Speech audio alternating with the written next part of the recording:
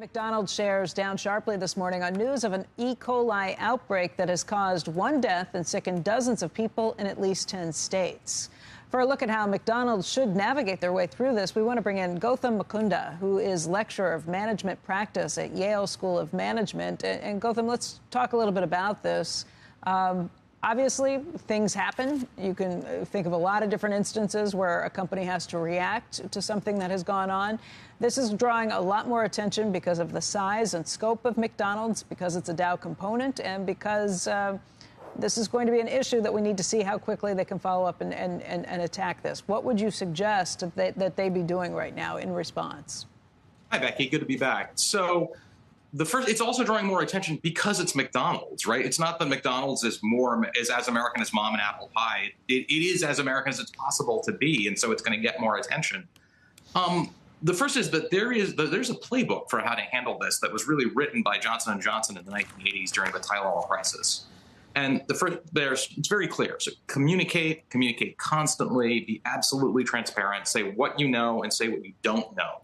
Don't hide. Don't temporize, don't pretend. Be clear. People will accept that you don't know everything. Second, and most importantly, always, always, always tell the truth. Don't fudge, don't cover, don't give partial truths, don't hide behind legal excuses. Be as transparent as you possibly can be at all times. And third is, once they've isolated the cause, and it's still not 100% clear where this came from, you want to be proactive. You want to actually move faster and do more than the regulators are going to require that you do, and sort of say that we're not just responding to this. We're going to take the lead. We're going to be ahead of the curve on these changes. I mean, are they doing that right now? It seems like we've already gotten to the point where we believe it is the sliced onions coming from one supplier that made its way into a couple of different distribution centers.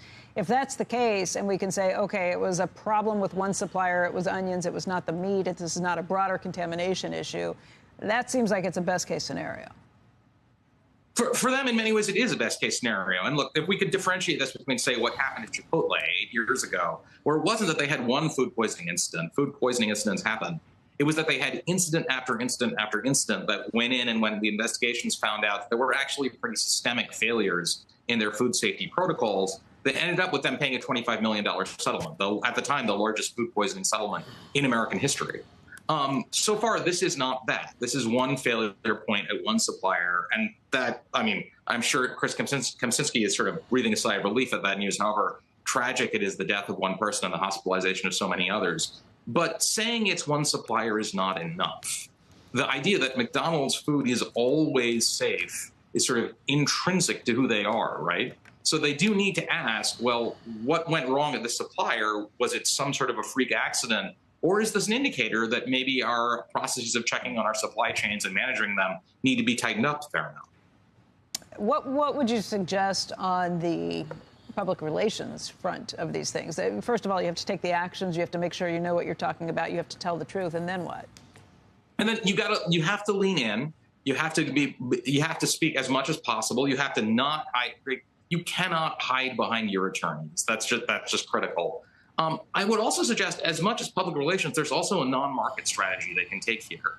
The U.S. food supply, we have seen increasing food poisoning across the U.S. economy over the last few years, driven at least in part, probably not entirely, but at least in part, by cutbacks in FDA inspections on foods, including the abolition of the position of Deputy Commissioner of Food at the FDA, whose job it was to oversee sort of the safety of the food supply, which a few years ago that position was abolished and it has not been recreated.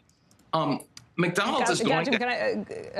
Gautam, can I just say, looking back at what's happened, I mean, that happened a few years ago, but I can think of instance after instance of big problems that happened while that position still existed. You mentioned Chipotle, that was 2015. McDonald's had an issue in 2018 with their salads.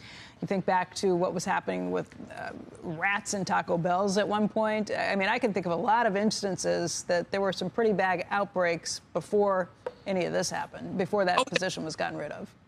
That is not a cure-all. It's not anything close to a cure-all.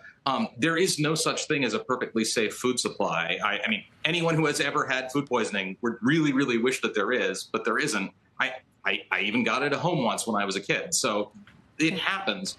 What we do know is that the numbers Did seem you to just be. throw your mom under the bus?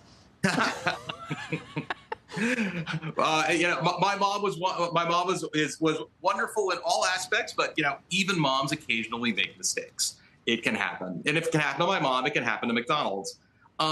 So the numbers are going up. I'm not arguing that reconstituting this position or bringing in more inspectors is going to mean that no one in the United States ever gets food poisoning again. Obviously, that's not true. But we'd also like it to be less frequent, and we do seem to be seeing those numbers going in the wrong direction. Is this a quick fix on a national level? I mean, obviously, corporations don't want this to happen. You see what happens to your stock. You see what happens to your reputation as a result. My guess is corporations being motivated may be one of the best ways to attack this. Yeah, so no one wants this to happen. The problem is the incentives run the wrong way, right? Even if you are making mistakes with food safety, the odds are that you're going to be fine, not just because this is not, most strains of E. coli are perfectly safe. Most people who get E. coli poisoning, even when they ingest an unsafe strain, do not know that they have gotten food poisoning. If they do realize they've gotten food poisoning, they still do not report it. The incentives run in such a way that there's always this slight temptation to maybe pressure for speed over safety, maybe pressure for cost cuts over safety. Obviously, most businesses are never going to do that. But when the stakes are, if you get this wrong, people might die, that seems like a pretty clear case where you want to make sure that the lowest common denominator is not the driver.